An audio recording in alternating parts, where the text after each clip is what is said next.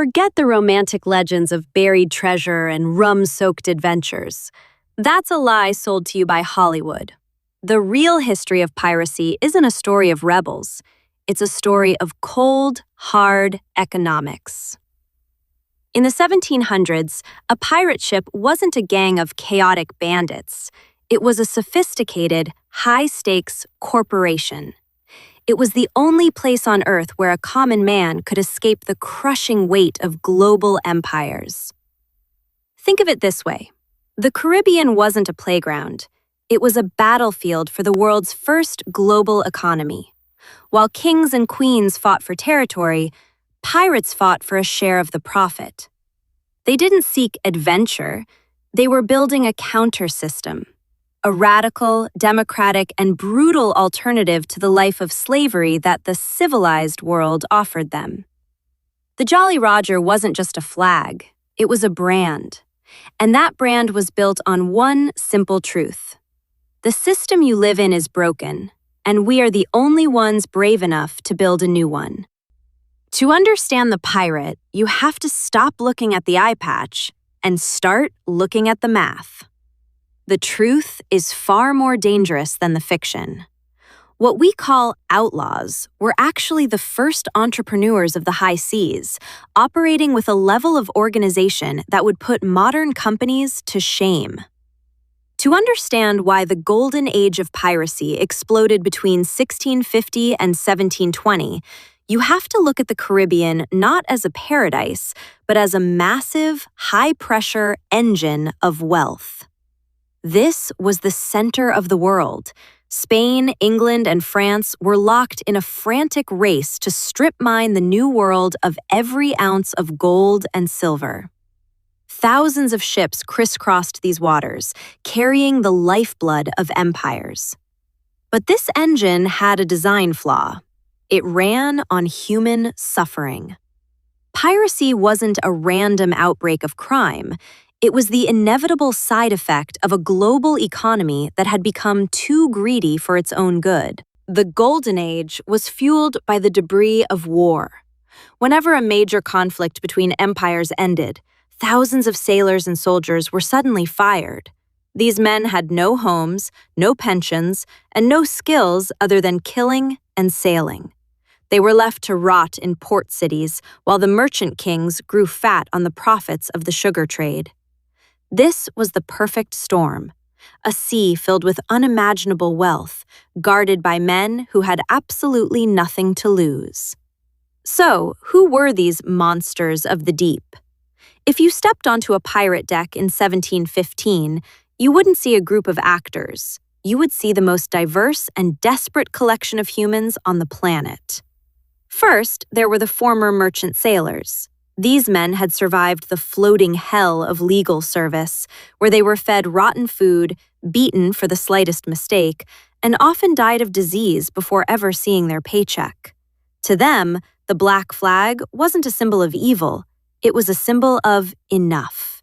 Beside them stood former Royal Navy sailors, men who had fought for kings who didn't know their names, and runaway slaves. For a black man in the 18th century, a pirate ship was often the only place in the entire world where he could stand upright, carry a weapon, and have a vote that counted as much as a white man's. There were also outcasts from every corner of the globe: Irish rebels, Dutch navigators, and even disgraced lower-class gentry. They weren't pirates by birth. They were a collective of the discarded. They were the people the 18th century tried to erase. When a merchant ship was captured, the pirates didn't just look for gold, they looked for recruits. They would stand on the deck and ask the trembling crew, "Who among you is tired of the whip? Who is tired of the hunger?" Usually, half the crew would step forward.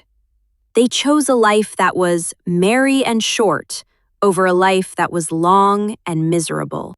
They were the byproduct of an era that treated humans like disposable tools.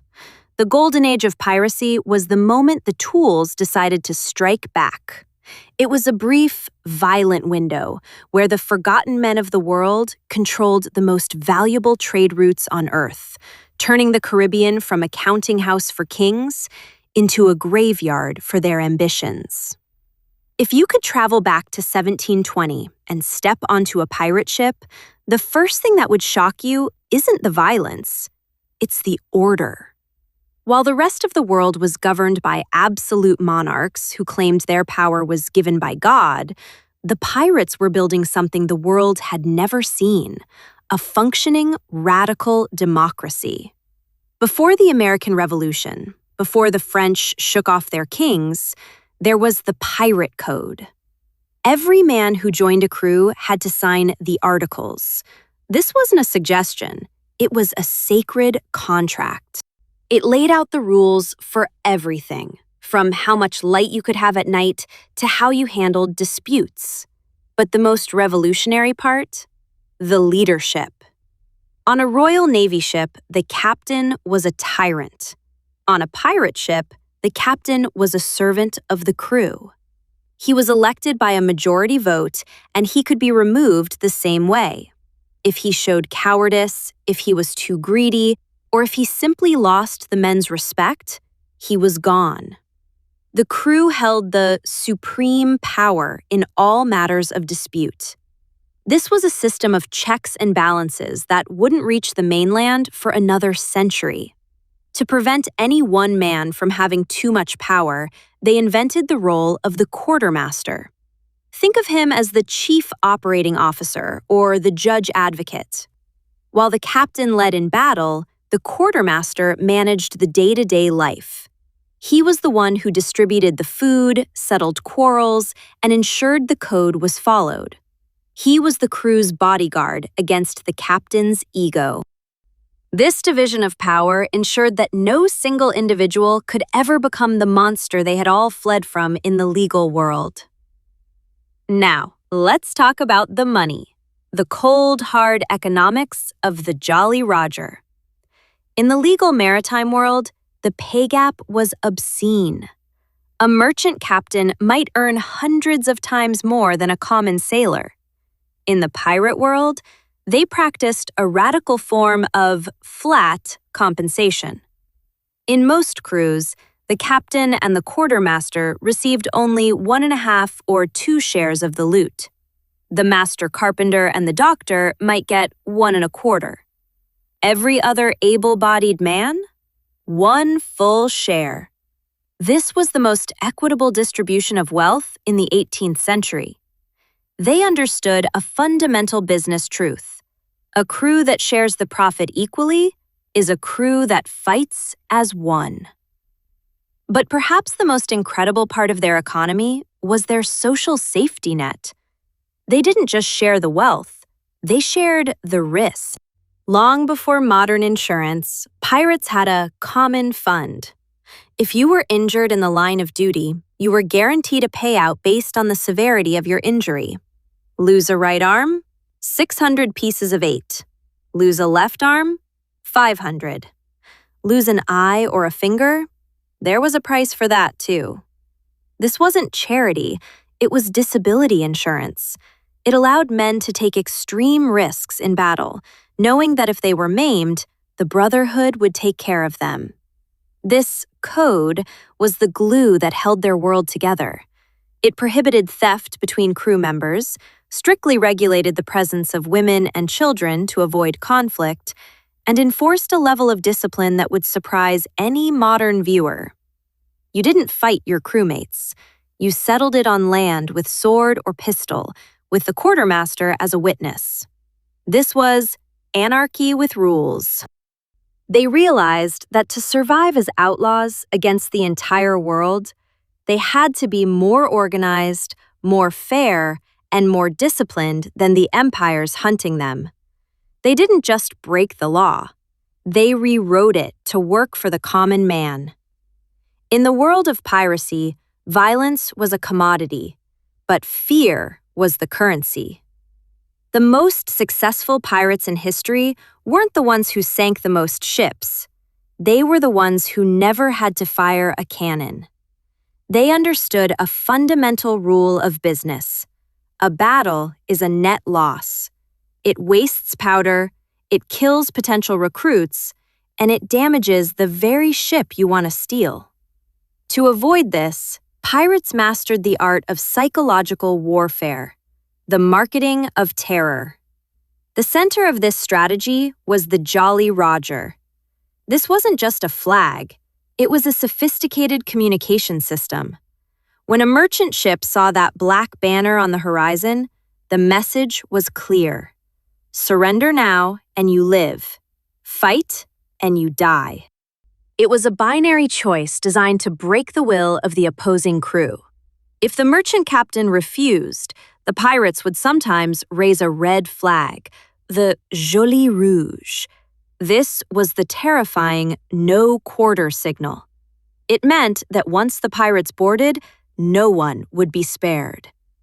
Faced with the choice between a peaceful handover of their employer's sugar or a gruesome death, most crews chose to strike their colors immediately. This brings us to the figures who turned this psychological branding into a dark art. Take Edward Teach, known as Blackbeard. Teach wasn't just a captain, he was a performer. Before a battle, he would braid slow-burning hemp matches into his massive black beard and light them. He would walk onto the deck enveloped in a cloud of thick, acrid smoke, looking like a demon that had just climbed out of the abyss. He wore 3 braces of pistols across his chest. He didn't need to be a great swordsman. He just needed to look so terrifying that his opponents dropped their weapons in pure, primitive shock. Interestingly, there is no historical evidence that Blackbeard ever killed a single captive before his final stand. His monster persona was so effective that the mere sight of him ended the fight before it began. Then there were the anomalies that broke every social rule of the 18th century: Anne Bonny and Mary Read. In a world where women were seen as property or bad luck on a ship, these two were legendary for their ferocity. They didn't hide in the shadows. They fought on the front lines, often out-cursing and out-fighting their male counterparts. Their presence on a ship was a psychological blow to the civilized world, a reminder that under the black flag, the old rules of gender and status were completely dead. Real pirate battles were nothing like the epic, hour-long broadsides you see in movies. They were fast, surgical, and brutal. Pirates preferred boarding to sinking. They would use grappling hooks to drag the ships together and swarm the deck with cutlasses and pistols. It was a chaotic, close-quarters nightmare designed to end in minutes. They didn't want a heroic duel. They wanted the cargo, the medicine, and the ship itself. By the time the smoke cleared, the business transaction was over. They weren't soldiers fighting for glory. They were specialists in the economy of violence, using the shadow of their reputation to ensure that the risk was always lower than the reward. For a brief, lawless window in the early 18th century, the pirates did the unthinkable. They stopped running and started building. They created their own sanctuaries, the most famous being Nassau in the Bahamas. This wasn't just a hideout, it was the Republic of Pirates. Imagine a society with no king, no taxes, and no masters. A tropical frontier where thousands of outlaws lived by the code. It was a bustling, dirty, vibrant experiment in radical independence. In Nassau, the spoils of the world were sold in open markets, and for a few years, it seemed as if the system of empires had finally been bypassed. But Nassau and other bases like Tortuga were more than just dens of thieves. They were a direct threat to the very idea of monarchy. As long as pirates were just scattered sea bandits, the British and Spanish empires could tolerate them as a cost of doing business. But when they formed a semi-independent state, they became a political virus. The empires realized that if a sailor could choose freedom in Nassau over slavery in the Royal Navy, the entire global labor system would collapse. The civilized world decided it was time to burn the pirate republics to the ground. The end didn't start with a single battle. It started with the king's pardon. In 1718, King George I issued a masterstroke of psychological warfare. He offered a full amnesty to any pirate who surrendered. This was designed to tear the pirate brotherhood apart from the inside. Suddenly, your best friend on deck was a potential informant. Captains turned on their crews, and the trust that the code had built began to dissolve under the pressure of survival. The pirate republics weren't just conquered, they were poisoned by the lure of returning to normal society. For those who refused the pardon, the nightmare began. The British Royal Navy, no longer distracted by European wars, turned its full, terrifying attention toward the Caribbean.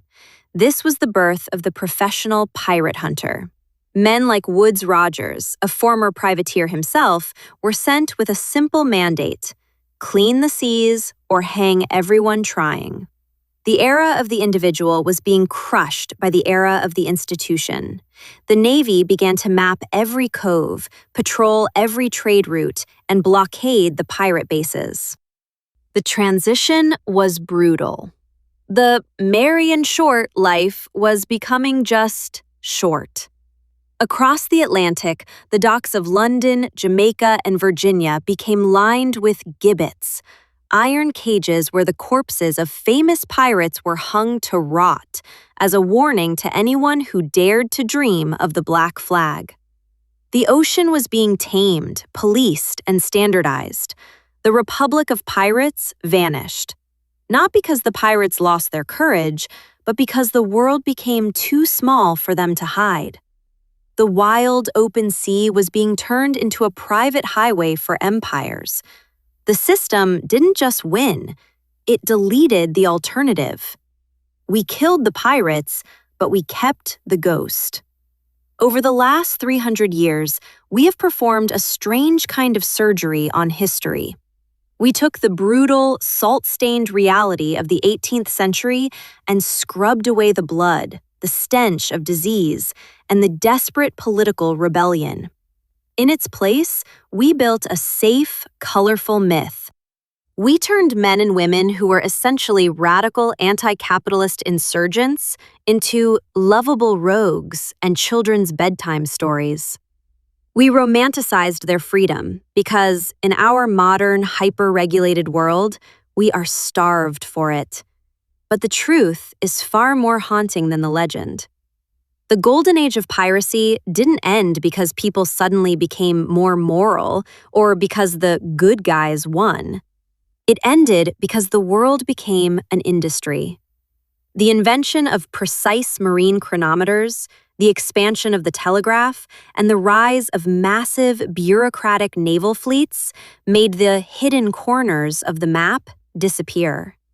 The global machine of the 19th century demanded absolute predictability, and in that machine, there was no room for a captain who was elected by his crew, or a ship that operated as a democracy. The pirates didn't just lose a war, they were deleted by progress. But piracy was never a glitch in the system. It was a mirror. It was what happens when the gap between the powerful and the powerless becomes an unbridgeable abyss. The men who sailed under the black flag didn't choose that life because they were evil. They chose it because the civilized world had already sentenced them to death in the sugar plantations and the suffocating holds of merchant ships. They created a radical, violent, and surprisingly fair society because the world they lived in offered them nothing but the whip. Today, we look at the Jolly Roger and see a symbol of cool rebellion on a t-shirt. But 3 centuries ago, that flag was a terrifying message to the elites of the world. It was a reminder that if you make the legal world a living hell, people will create their own heaven in the shadows, no matter how many gallows you build to stop them. The pirates didn't truly vanish into the mist of time. They were the first to prove that the global order is fragile, and that those who are discarded by the system will eventually find a way to dismantle it. As we look at the ocean today, we realize the final, cold truth. The pirates didn't disappear. The world that created them did. And as long as the world continues to build systems that grind people into the dust, the ghost of the pirate will always be waiting just beyond the horizon, watching for the next empire to fail.